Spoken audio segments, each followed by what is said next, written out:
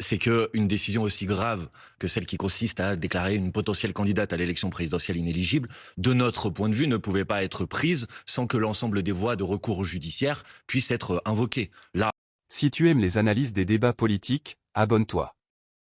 Ici, on ne suit pas la foule, on analyse les faits. en l'occurrence, Madame Le Pen a eu quand même la possibilité d'avoir un procès en appel qui se tient avant l'élection présidentielle. Si elle n'est pas satisfaite des modalités du jugement, elle a le pouvoir de se pourvoir en cassation, comme on dit. On sait d'ores et déjà, en tout cas c'est les informations qu'on a eues, que cette éventuelle instruction en cassation aurait lieu aussi avant l'élection Alors, juste présidentielle. avant, hein, à 2 mois. C'est vrai, vous avez raison. Mais voilà, il me semble que du point de vue de ce qu'on pouvait, en quelque sorte, être sur les éléments sur lesquels on pouvait être prudent après le jugement en première instance, nécessitant la possibilité d'un recours, il me semble que Madame Le Pen, d'un certain point de vue, peut être rassurée du fait qu'elle a eu le droit Mais à ces différentes voies de recours. Et ben vous moi, estimez que la justice, là, ne prend pas la place du peuple? bah, bien sûr que quand vous avez une peine d'inéligibilité, ça empêche une candidate ou un candidat à une élection de pouvoir se présenter. Et moi, je préfère toujours que ce soit le peuple qui dise son dernier mot. Mais là, en l'occurrence, on parle quand même de faits qui sont des faits extrêmement graves. On parle de détournements qui se chiffrent à 4 millions d'euros. C'est des sommes qui sont des sommes considérables.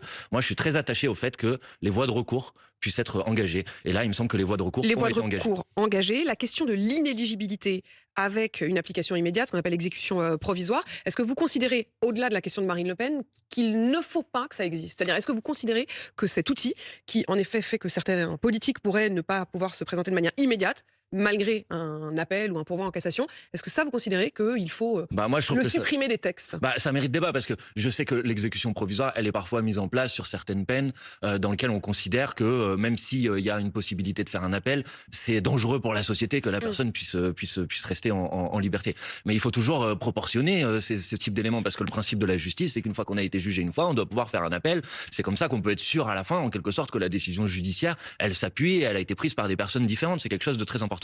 Donc moi, je trouve que la question de l'exécution provisoire, elle doit être vraiment réduite à des cas très particuliers qui sont des cas où il y a une gravité. Danger imminent. Il me semble, en tout cas, je trouve que ça mérite vraiment débat. Mais là, en l'occurrence, je fais remarquer quand même que Madame Le Pen et le Rassemblement national a beaucoup critiqué la décision, y compris dans des termes qui étaient vraiment des termes extrêmement agressifs et violents après le jugement en première instance. À l'époque, ils disaient c'est scandaleux qu'il y ait eu l'exécution provisoire, mais là, en l'occurrence, puisqu'il y a le jugement en appel, je considère que leur argument, si vous voulez, il est tombé. Cet argument-là, pour vous, est tombé. Emmanuel Bompard, le Premier ministre, Sébastien Lecornu, s'adressant à vous et au RN d'ailleurs, a dit « Vous aurez devant l'histoire à en répondre à propos du fait que vous avez tenté de ne pas faire aboutir ce budget. L'avez-vous seulement lu, ce budget? Vous a même demandé Sébastien Ah oui, Lecornu. je l'ai lu, moi. Moi, je l'ai lu. Et donc, je sais que dans ce budget, il y a par exemple 4000 postes d'enseignants qui sont supprimés. J'ai lu ce budget, donc je sais qu'il y a 3000 postes de surveillants qui sont supprimés. J'ai lu ce budget, donc je sais que par exemple, on va supprimer les aides pour le logement pour les étudiants étrangers. J'ai lu ce budget, donc je sais par exemple qu'à l'intérieur, on va supprimer un crédit d'impôt pour les personnes âgées quand elles ont besoin de faire des travaux, vous savez, pour pouvoir rester à domicile, quand on a besoin d'adapter sa douche, par exemple, parce qu'on commence à être âgé et qu'on a un problème pour utiliser sa salle de bain. Dans cette interview de Manuel Bompard, deux piliers de la démocratie se croisent frontalement, la justice et la souveraineté populaire. La question de l'inéligibilité rappelle une maxime de Montesquieu, il n'y a point de liberté si la puissance de juger n'est pas séparée de la puissance législative et de l'exécutrice. Autrement dit, le droit doit s'exercer sans se substituer au peuple, mais sans s'y soumettre non plus. Bompard insiste sur le respect des voies de recours, un principe fondamental hérité du droit moderne, que Victor Hugo résumait ainsi, la forme, c'est le fond qui remonte à la surface. La procédure n'est pas un détail, elle garantit la légitimité de la décision. Mais le débat s'élargit aussi au budget, révélant une autre tension classique, celle entre rigueur comptable et justice sociale. Comme le disait Pierre Mendès France, gouverner, c'est choisir. Et chaque choix budgétaire produit des gagnants et des perdants. Reste alors une question centrale, dans une démocratie sous pression, comment arbitrer entre la règle, l'urgence et la volonté populaire? Et c'est précisément là que la discussion se poursuit. Vous voyez, moi j'ai lu ce budget, que je sais que par exemple, on va y retirer la prime de Noël pour une partie des personnes qui sont allocataires du RSA. Et contrairement à ce que dit le gouvernement qui dit que c'est pas vrai, eh ben regardez dans les textes et regardez dans les amendements et dites-moi pourquoi le montant qui est alloué à la prime de Noël pour les allocataires du RSA a bien été diminué par 2. Vous voyez, moi je l'ai lu, peut-être je sais pas si monsieur Lecornu l'a lu, mais moi je l'ai lu.